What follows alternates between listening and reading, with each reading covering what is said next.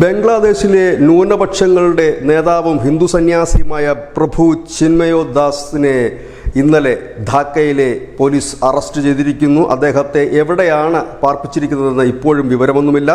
ധാക്ക പോലീസിൻ്റെ ഡിറ്റക്റ്റീവ് ബ്രാഞ്ചാണ് ധാക്ക എയർപോർട്ടിൽ വെച്ച് അദ്ദേഹത്തെ അറസ്റ്റ് ചെയ്തത്. ന്യൂനപക്ഷങ്ങളുടെ അവകാശങ്ങൾക്ക് വേണ്ടി സംസാരിക്കുന്ന ഇസ്കോണിൻ്റെ പ്രധാനികളിൽ ഒരാളാണ് പ്രഭു ചിന്മയോ ദാസ് ബ്രഹ്മചാരി എന്ന് പറയുന്ന ഒരു സന്യാസി. ഈ സന്യാസിയാണ് ഇപ്പോൾ ധാക്ക കസ്റ്റഡിയിലെടുത്തിരിക്കുന്നത്, ബംഗ്ലാദേശ് കസ്റ്റഡിയിലെടുത്തിരിക്കുന്നത്. ഇതിനെ തുടർന്ന് ബംഗ്ലാദേശിലുടനീളം വലിയ പ്രക്ഷോഭം തന്നെ ആരംഭിച്ചിരിക്കുന്നു. ഇന്നലെ രാത്രി തുടങ്ങിയ വലിയ റാലികളും പ്രതിഷേധ സമരങ്ങളും ഇപ്പോഴും തുടരുന്നതായിട്ടാണ് പുറത്തു വരുന്ന വിവരം.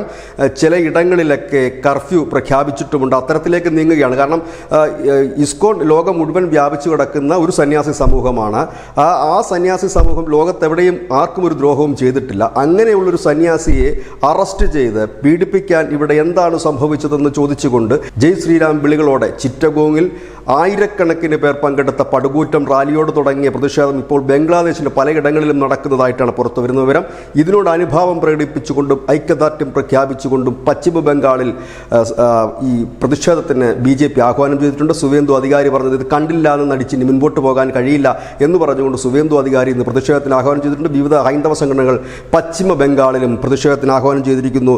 ഏതായാലും വളരെ ക്രൂരമായ കാഴ്ച. ഒരു മതഭ്രാന്ത് പിടിച്ച ഭരണാധികാരികൾ എങ്ങനെയാണ് ഒരു സമൂഹത്തിൽ, ഹിന്ദു സമൂഹത്തിലെ ഒരു സന്യാസിയോട് ഇത്തരത്തിലുള്ളൊരു ക്രൂരത ചെയ്യുന്നതെന്ന ചോദ്യം പല കോണുകളിൽ നിന്നും ഉയരുമ്പോഴാണ് ഈ ഒരു വലിയ വിഷയം ഇപ്പോൾ ലോകമെങ്ങും കത്തിപ്പടരുന്ന നിലയിലേക്ക് മാറുന്നത്. വിവിധ രാജ്യങ്ങളിലുള്ള ഹൈന്ദവ സംഘടനകളും പ്രതിഷേധിക്കാൻ ആഹ്വാനം നൽകി കഴിഞ്ഞിരിക്കുന്നു. ഏതായാലും വളരെ മോശമായ സ്ഥിതിയിലേക്ക് ബംഗ്ലാദേശ് പോകുന്നു. കഴിഞ്ഞ കുറേ കാലമായിട്ട് ഷെയ്ഖ് ഹസീനെ പുറത്താക്കുന്നു. അതിനുശേഷം വന്ന ഭരണകൂടം മതഭ്രാന്തിൻ്റെ എല്ലാ അടയാളങ്ങളും കാണിച്ച് ജയിലിൽ കിടന്ന ഭീകരവാദികളെയൊക്കെ തുറന്നു വിട്ടുകൊണ്ടാണ് അവർ ആദ്യം അവരുടെ യഥാർത്ഥ മുഖം വ്യക്തമാക്കിയെങ്കിൽ പിന്നീട് ന്യൂനപക്ഷങ്ങൾക്ക് നേരെ നടന്നത് സമാനതകളില്ലാത്ത നരവേട്ട എന്ന് തന്നെ പറയേണ്ടി വരും. അനവധി ഹൈന്ദവരെ കൊന്നൊടുക്കി, ക്ഷേത്രങ്ങൾ നശിപ്പിച്ചു, കടകൾ കൊള്ളയടിച്ചു. ഹിന്ദുക്കൾക്ക് പുറത്തിറങ്ങണമെങ്കിൽ പോലും നികുതി അവിടുത്തെ മതമൗലികവാദി സംഘടനകൾക്ക് നൽകേണ്ട ഒരു ഗതികേടിലേക്ക് നിൽക്കുമ്പോഴാണ് ഇത്തരത്തിൽ അതിൻ്റെ ഏറ്റവും ഒടുവിലത്തെ ഒരു ഉദാഹരണമായി സന്യാസിയെ അറസ്റ്റ് ചെയ്ത വാർത്ത എത്തുന്നത്. News desk news.